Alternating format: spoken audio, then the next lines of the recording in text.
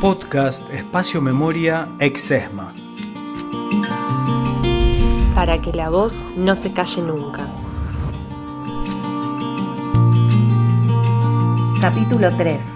Arte y memoria.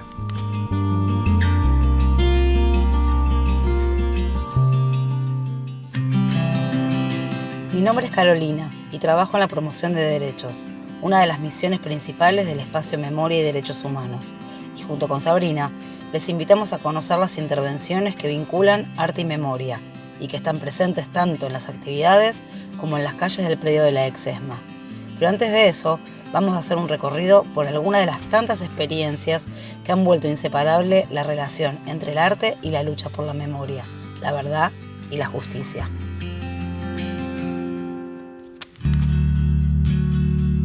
El 21 de septiembre de 1983, durante la tercera marcha de la Resistencia, ya muy cerca del final de la dictadura, y en el marco de la ley de autoamnistía que perdonaría los crímenes cometidos por los militares, se realizó el primer siluetazo o silueteada. Fue ideado por 3 artistas visuales, Rodolfo Aguerreberri, Julio Flores y Guillermo Quexel, buscando responder a la pregunta ¿cuánto espacio ocupan 30.000 cuerpos humanos? Se trataba de un trazado sencillo de esos cuerpos a escala natural sobre papel para ser luego pegados en los muros del espacio público, a modo de hacer presente la ausencia, aunando el reclamo con la práctica artístico-política. Julio Flores nos cuenta más acerca de esta acción que sigue siendo al día de hoy una herramienta de lucha frente a la desaparición forzada.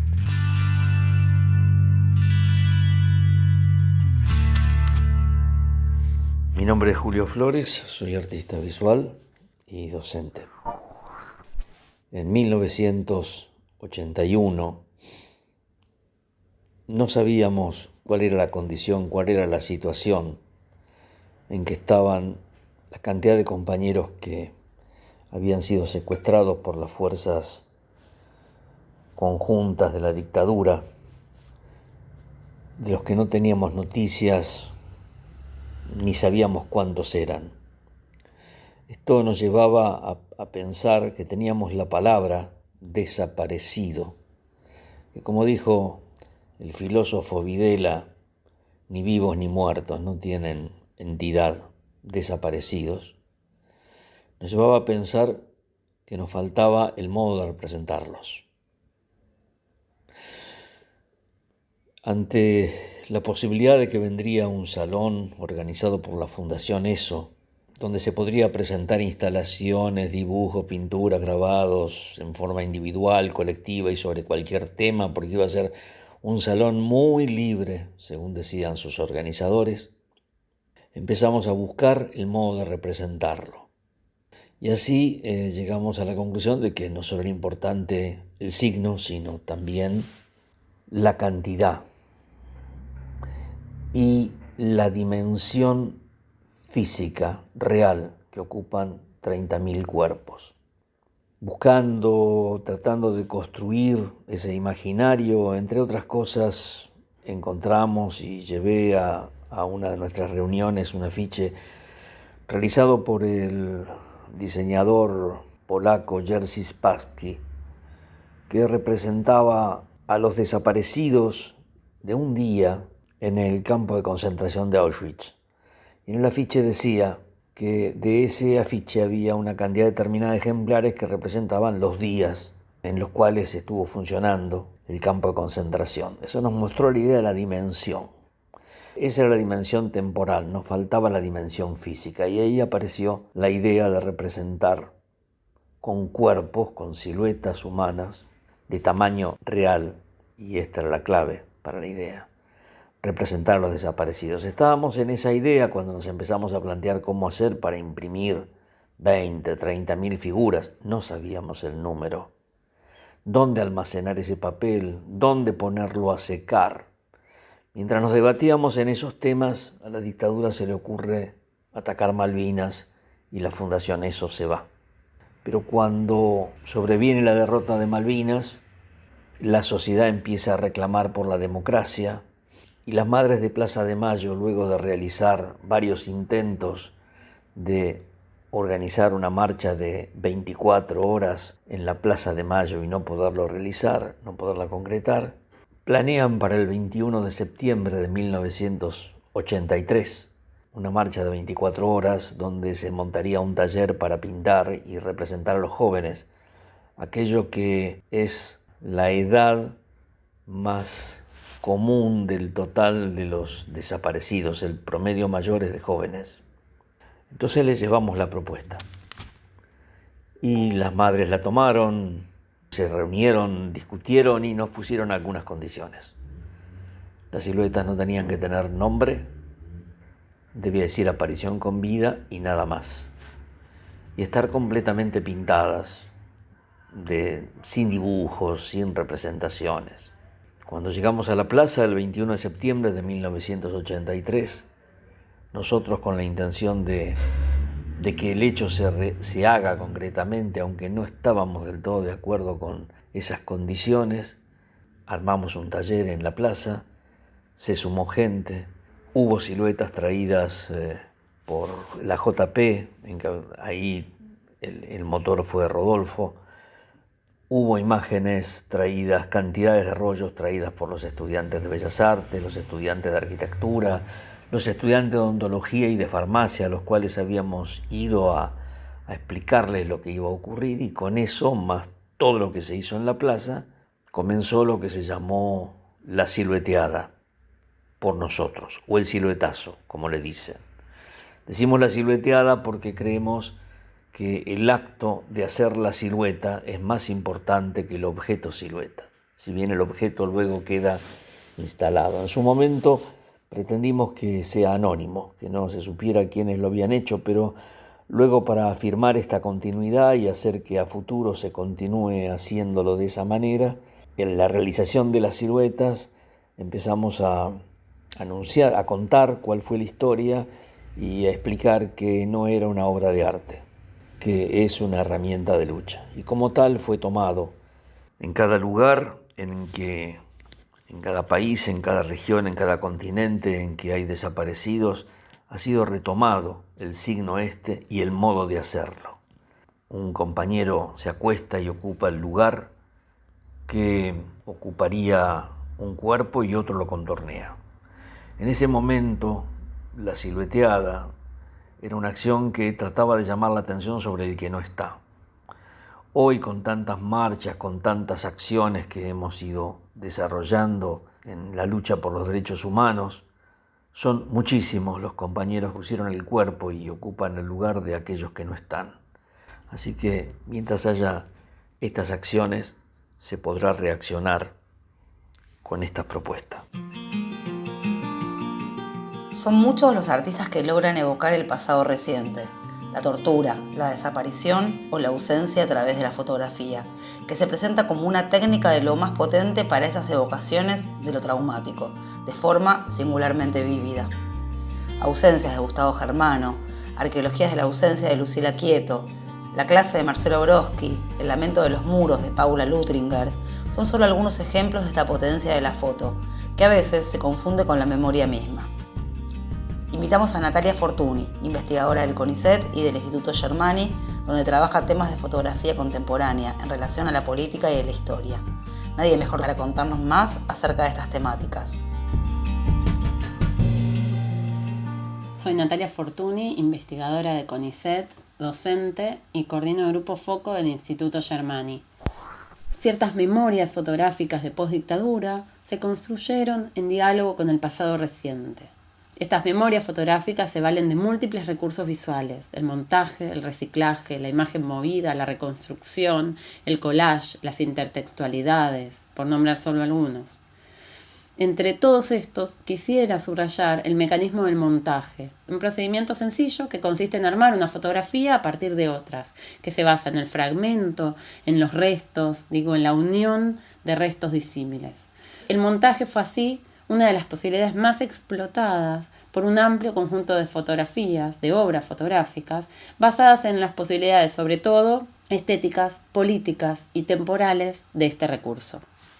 Estas memorias fotográficas tienen un profundo vínculo con la política, en primer lugar por la razón más obvia. Todas ellas de algún modo contienen alusiones más o menos explícitas a la violencia política, a la represión, a la desaparición y a otras consecuencias de la última dictadura, ¿no? Está siempre aludida esta dimensión histórico-social, esta dimensión pública de la historia. Pero a la vez, la fotografía como recurso es altamente permeable a convertirse en herramienta política, ¿sí? La fotografía está, como dice Jorge Ribalta, a medio camino entre las bellas artes y los medios de comunicación, ¿sí? Y por eso mismo la fotografía es un recurso privilegiado para articular el arte y la política.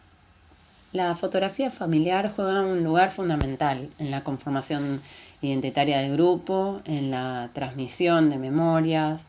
La fotografía y el álbum familiar va armando el relato de una familia, un relato que incluye silencios, vergüenzas y secretos.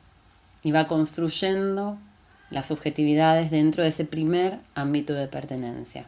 Así los álbumes y sus libretos ceremoniales arman una narración visual a partir de ritos aprendidos y reproducidos en el seno de la familia. Así, las fotografías familiares son el lugar donde tempranamente se traza la intersección entre historia pública y privada, entre las memorias individuales o de grupo y la historia social. Algunas series fotográficas producidas por artistas de la generación de los hijos de las víctimas se valen precisamente de los materiales de los archivos familiares como puntapié para estas imágenes. Por ejemplo, las series fotográficas Arqueología de la ausencia de Lucila Quieto, El rescate de Verónica Maggi y Recuerdos inventados de Gabriela Bettini, donde las artistas unen dos mundos, el presente de la obra con el mundo de la infancia, es decir, con aquel mundo que iba a quebrarse con la desaparición y que fue retratado justo un poco antes del quiebre. Algunas características de estas series, de las fotografías de estas series son, en principio documentan un encuentro imposible, ¿sí? Recrean los recuerdos familiares, reconstruyendo recuerdos ficticios que se vuelven reparadores, bellos y alegres. En general, de esta manera, consiguen completar el álbum. Las hijas e hijos de desaparecidos y desaparecidas se lamentan no solo por la ausencia de su madre o su padre, sino por el refuerzo de esta ausencia a partir de no tener foto con ellos, ¿sí? Hay ahí una falta que no es solo la falta de la persona, sino también la ausencia en el álbum familiar.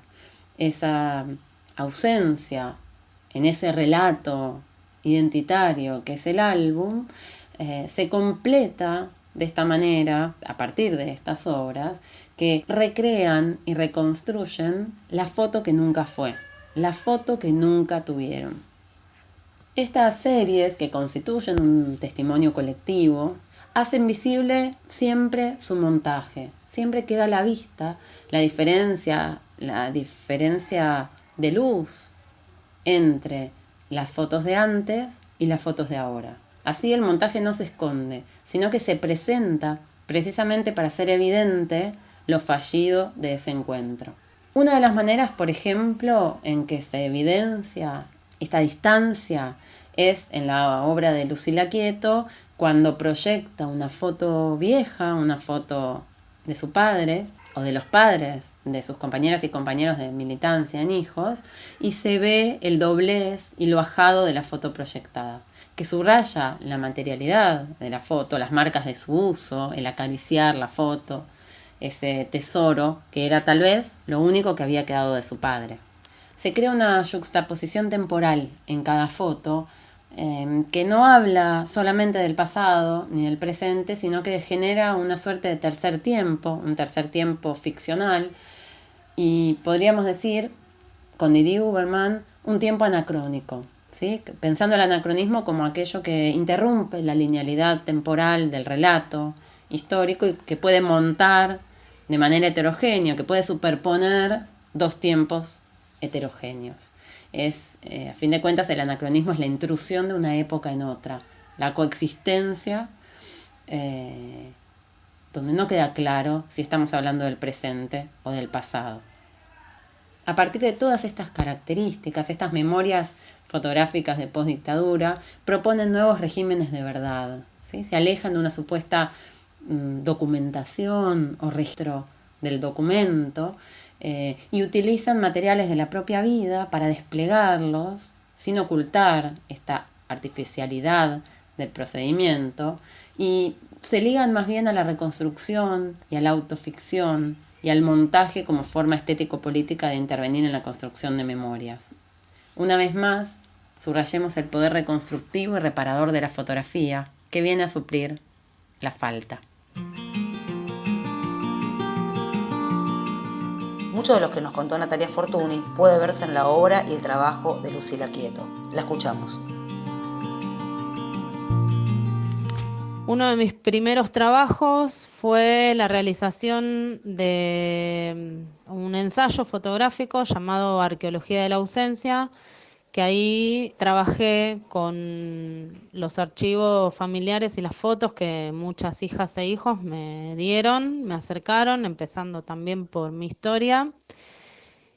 Y lo que utilicé ahí fue una técnica de proyección de imágenes, de diapositivas familiares, en donde los hijos y las hijas interveníamos esa imagen con el cuerpo a modo casi performático, y nos íbamos metiendo en esas imágenes junto a nuestras madres y nuestros padres, recreando a través de la fotografía un tiempo que yo le llamo tercer tiempo inexistente, que es el encuentro en una imagen de las hijas y los hijos con sus madres y padres.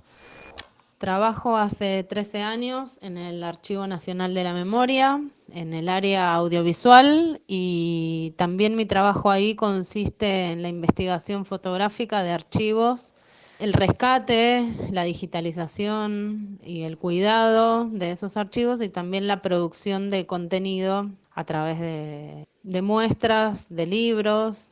Hemos trabajado con archivos de fotógrafos que han cubierto situaciones históricas. Trabajamos con archivos familiares, armando un proyecto, Memorias de Vida y Militancia, que reconstruye las historias de las organizaciones políticas encarnadas en hombres y mujeres. Es un proyecto que llevamos hace muchos años adelante y trabajamos fundamentalmente con fotografías e intervenciones de imágenes.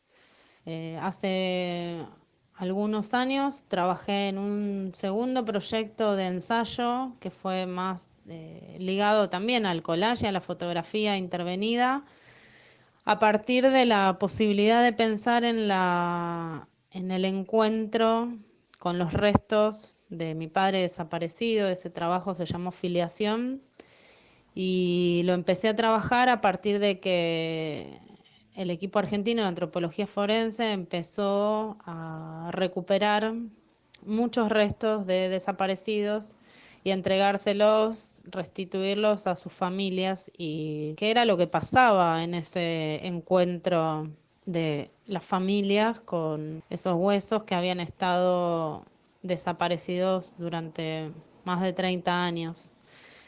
Empecé a pensar también qué me pasaría a mí si pudiera encontrar los restos de mi padre. Entonces agarré de nuevo mi archivo familiar y fotografié a mis primos, a mi hijo, tratando de encontrar como una línea genética o algunos rasgos físicos que se repitieran.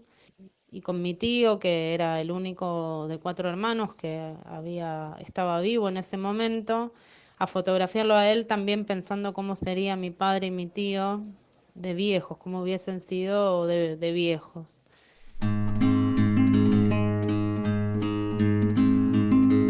A mediados de los años 90, emerge en la escena pública la agrupación Hijos. Jóvenes hijos e hijas de personas detenidas desaparecidas durante la dictadura trajeron consigo nuevas formas de protesta y de lucha por la memoria, verdad y justicia en momentos donde reinaba la impunidad en nuestro país.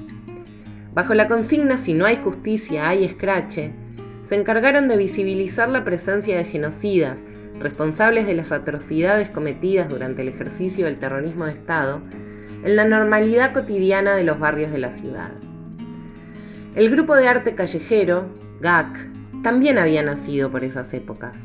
Una de las primeras acciones de ese grupo, surgido en los pasillos de la Escuela Pueyrredón, fue la realización de murales con guardapolvos blancos en apoyo a la protesta docente que sucedía por esos días. Desde sus comienzos, la supuesta frontera entre la militancia y el arte estuvieron deliberadamente desdibujadas. Ambos grupos no tardaron en confluir.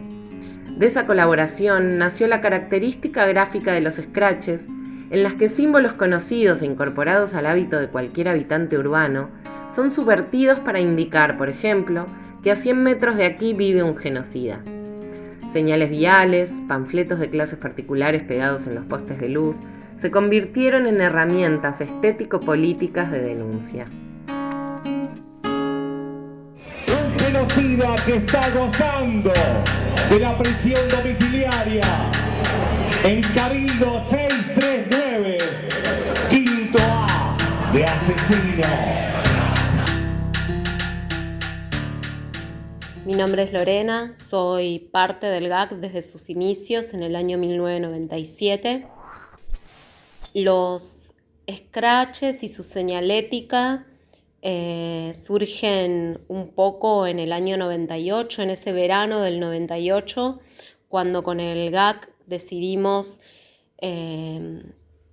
señalar los excentros clandestinos de detención, tortura y exterminio que permanecían ocultos dentro del tejido urbano social porque no había nada que los identificara. De hecho, eran años de mucha impunidad y no había ningún juicio, no había memoria, verdad y justicia, y todos esos temas estaban bastante ocultos, mal vistos.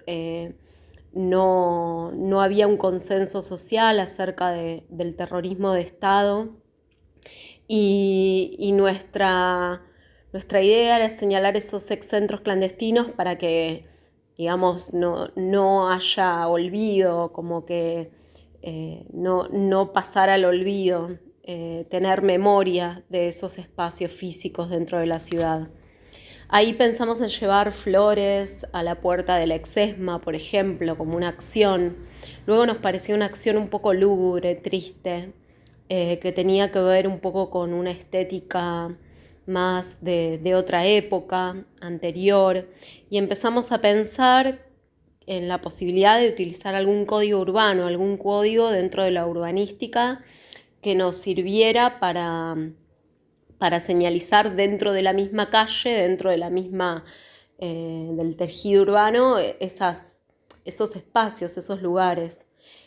Así decidimos tomar la señalética vial como parte de una gramática que iba a señalar no solo los excentros clandestinos de detención, tortura y exterminio, sino también las casas de los genocidas.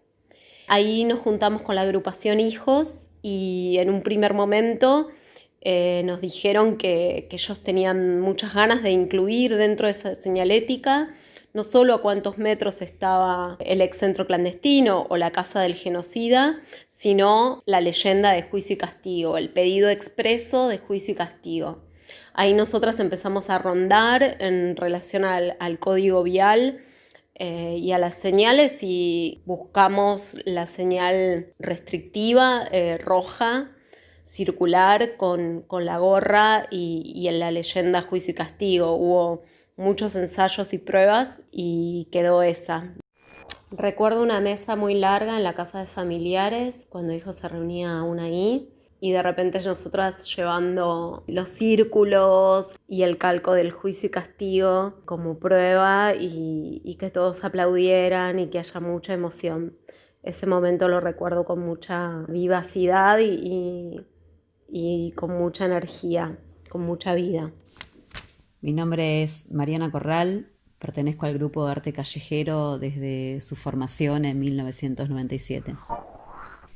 Una de las cosas que más recuerdo de los primeros scratches es toda la etapa de investigación previa, el recorrido por la zona, por el barrio del genocida, el relevamiento que hacíamos, mapa en mano, marcando los postes, las distancias para luego calcular qué números, a qué distancia tenemos que colocar los carteles y qué iban a decir. 50 metros, 100 metros, 150. Todo ese trabajo previo que hacíamos de relevamiento fue conformando una especie de cartografía que de alguna manera fue lo que dio lugar con el tiempo al proyecto Aquí viven genocidas. En ese momento era muy fuerte la experiencia y la conciencia de estar caminando por una ciudad donde al lado tuyo había un genocida viviendo, y ese trabajo de relevamiento, de estudio, de sistematización de la información a través de un procedimiento cartográfico, creo que fue una marca importante en el trabajo del grupo. Soy Fernanda Carrizo del Grupo de Arte Callejero. Aquí viven genocidas es la representación o presentación gráfica de un acumulado de luchas. Es un mapeo de la memoria viva que se activa y desnuda la impunidad en busca de justicia. Aquí viven genocidas es una intermitencia que late y se enciende en cada nuevo recorrido de un escrache. Es también el dibujo de nuestras luchas colectivas, o tal vez sea el redibujo de un barrio que se transforma cuando rompemos el silencio para construir otras narrativas. Esas emblemáticas señales viales creadas por el GAC también son una de las 10 esculturas que pueblan el Parque de la Memoria, en la costanera porteña. Fueron las ganadoras de un concurso internacional que le daba una dimensión sin precedentes a este vínculo entre arte y memoria. En el parque conviven el monumento homenaje a las víctimas del terrorismo de Estado, la cercanía con el Río de la Plata, destino final de muchos detenidos desaparecidos mediante los vuelos de la muerte, y el arte contemporáneo como herramienta crítica. Soy Cecilia Nissenbaum y formo parte del equipo de arte del Parque de la Memoria, Monumento a las Víctimas del Terrorismo de Estado. El Parque de la Memoria es un espacio público creado en 1998 por iniciativa de los organismos de derechos humanos, que está ubicado a la orilla del Río de la Plata de la ciudad de Buenos Aires. El parque alberga el Monumento a las Víctimas del Terrorismo de Estado, donde están inscritos los nombres de los detenidos desaparecidos y asesinados por el accionar represivo estatal perpetrado entre 1969 y 1983. A su vez, la información del monumento está contenida en una base de datos de consulta pública que está en constante construcción con la información que aportan los familiares y compañeros de las víctimas. La decisión de que el arte forme parte de un proyecto de memoria implica reconocer que proporciona un modo de reflexión crítico, pero además sensible, capaz de poner en crisis la memoria rutinaria, apelando a un diálogo con el visitante que involucre no solo su intelecto, sino también todos sus sentidos. Este espacio de memoria no pretende cerrar heridas ni suplantar la verdad y la justicia, sino constituirse en un lugar de recuerdo, homenaje y reflexión, teniendo en cuenta que la memoria es una construcción colectiva y un ejercicio que nos interpela a todos como sociedad. Toda esta tradición, este vínculo entre arte y memoria, está presente en las calles de la ex-ESMA. Si recorremos el predio, vamos a encontrar unas cuantas fotos en blanco y negro, algunas recientes, otras que persisten en el tiempo. Son de gran tamaño y componen con fragmentos el retrato de personas detenidas desaparecidas. Aquí también tuvo bastante que ver el GAC. Soy Vanessa Bossi, miembro del Grupo de Arte Callejero GAC. El proyecto Presentes fue realizado en la ex-ESMA y aún se realiza. Tiene como antecedente el viaje a Trelew, donde el GAC se suma a los organismos de derechos humanos al inicio de los juicios por la masacre de Trelew, 40 años después. Ahí realizamos con la técnica del Rasterbator, usando los rostros, las fotografías de los rostros de los asesinados en la masacre de Trelew, en gran tamaño, los colocamos en distintos edificios de la ciudad y fue realmente muy impactante, ya que también estaban los familiares presentes, porque era el inicio de los juicios, y luego cuando se propuso en ex-ESMA el homenaje a los estudiantes detenidos desaparecidos de la EXMA, decidimos usar el mismo recurso, pero esta vez en conjunto con los familiares. De esta manera tomó mucha fuerza la intervención y aún se continúa haciendo sin nuestra participación activa. Lo que ocurre con esos retratos es que cobran otro sentido a partir del cambio de escala. Nosotras estamos acostumbradas a ver esos rostros en pequeños retratos, en pancartas o como parte de un mosaico mayor en una bandera, y de repente verlos así gigantes, cubriendo toda una pared, empiezan a tener otro protagonismo y esas miradas empiezan a hacernos sentir de otra manera. Con los presentes que se colocan en la exesma, lo más emotivo, lo más fuerte que rescato de esa acción es el hacerlo con las familias de esas personas que están siendo homenajeadas, esos desaparecidos y desaparecidas, que al ir cobrando vida en la pared es muy fuerte y es muy emotivo. Y el formato en sí mismo es de mucha fragilidad porque es papel pegado con cola vinílica sobre el muro, pero esa fragilidad y esa experiencia efímera y performativa del cuerpo recordando es lo que hace que sea tan fuerte, porque la memoria es así de frágil y es así de evocativa y hay que volver a ella permanentemente. Y no es algo fijo, ¿no? La memoria está en movimiento y en permanente búsqueda. Entonces es muy fuerte escuchar a las familias, observar sus rostros casi parecidos, idénticos algunos, sentirlos dentro del mismo espacio de la ESMA.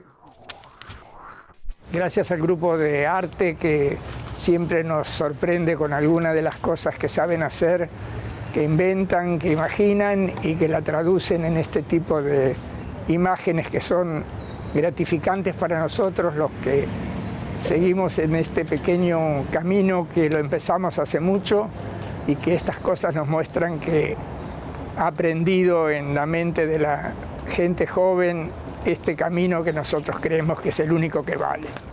De alguna manera, hacer recorrer por la ESMA los rostros de los que aquí sufrieron el horror, me parece que es una acción de arte público, sensible, sencilla, pero contundente, y espero que la foto dure mucho en esta pared.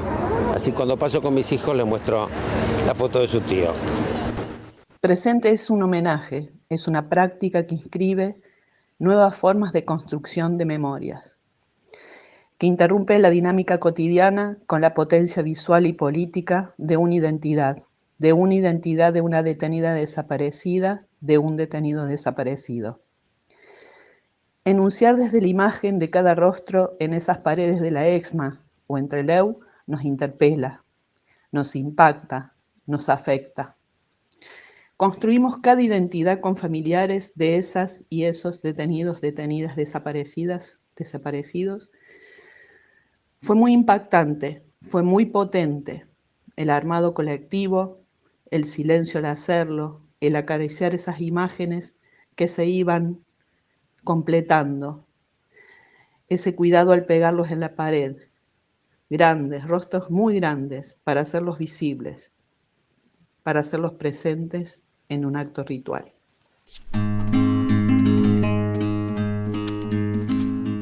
Presentes, historia de vida y militancia, intervenciones del recorrido histórico por el predio, talleres que se realizan con jóvenes en escuelas u organizaciones, el CONTI, el ECUNI, e incluso la instalación sobre la carta de un escritor a la Junta Militar ideada por León Ferrari, quien merece un capítulo aparte por todo lo que ha aportado al arte y la memoria.